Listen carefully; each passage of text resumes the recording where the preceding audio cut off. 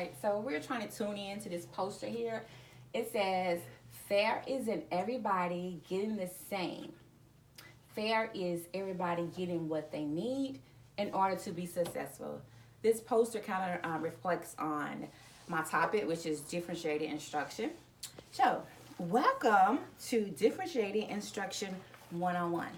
My name is Latonice Wade. I am currently teaching ELA for fourth graders, and the purpose of this video is to enlighten parents with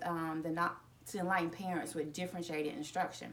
I know a lot of times you come into the school environment and you may see the word or hear the word, so I'm just here to provide you with some knowledge about differentiated instruction. Differentiated instruction is essential to a productive classroom. In order to have a productive classroom, we need to have differentiated instruction. Without a classroom without differentiated instruction is like a car without gas. A car cannot move forward. Therefore, if I do not have differentiated instruction in my classroom, I cannot move my students forward. So it is very needed in the classroom.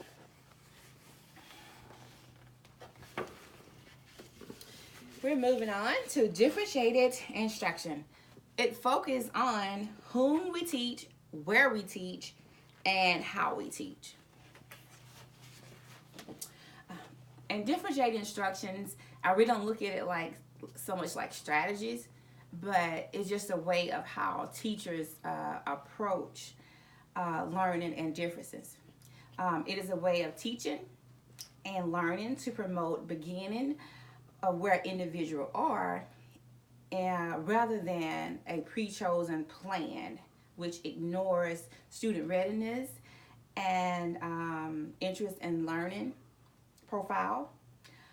My primary role as an educator is to help students engage to be responsible for their own learning, which requires to be less of a dictator and more of a facilitator. And in order for this to occur in the classroom, I need to have a differentiated instruction, lesson plans and activities, and the classroom needs to be ran as if I'm looking at students individually.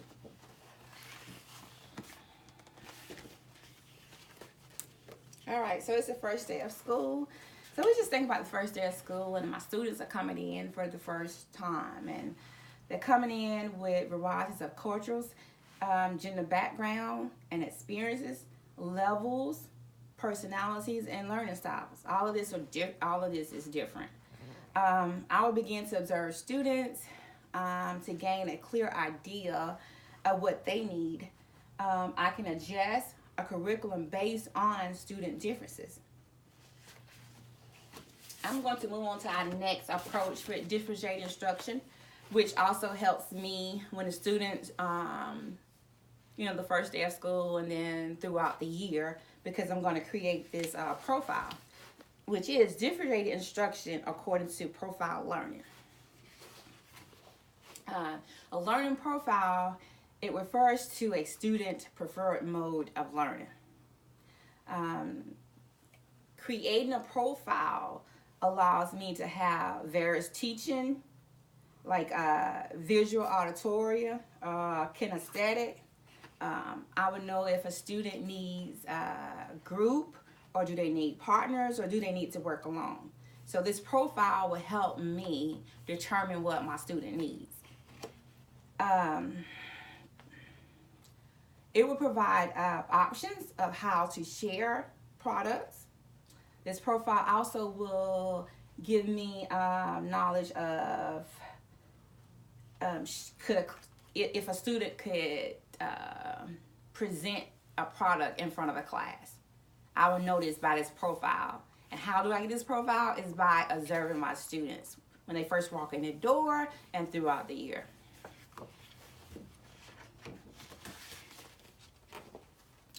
My next method is differentiated instruction according to student interests. Now we have a lot of, not a lot, but we have some students that come in that's struggling and they're unmotivated. if we provide materials that connect key ideas and skills to real applications, that kind of helps them be more involved with the activity. With the interest, we try to give them choices and how students want to do their activity. We encourage students to choose products to represent their learning.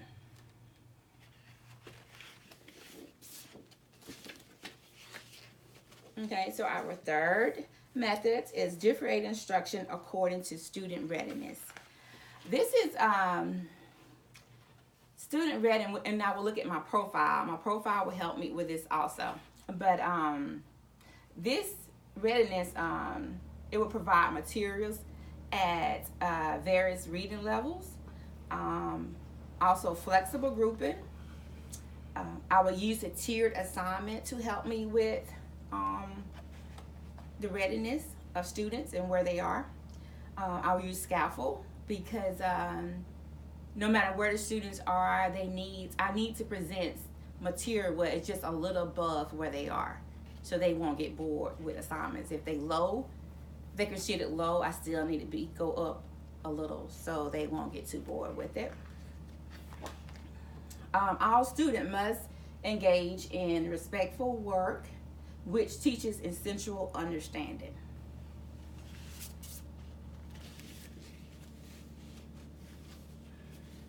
All right, so we have flexible grouping. Flexible grouping is another way that helps me present a differentiated instruction classroom. Flexible grouping is a guarantee of differentiated instruction. It can be whole class instruction, or it could be a small group instruction, individual instruction.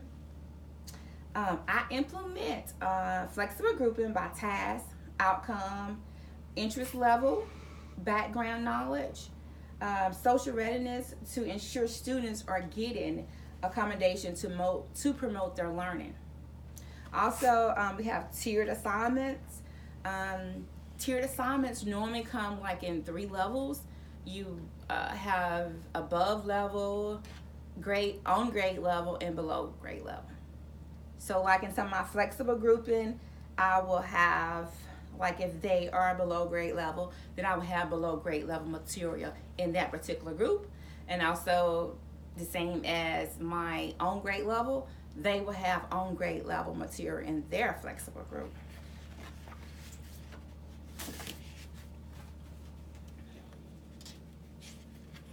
All right, so we are moving right along to content, process, and product.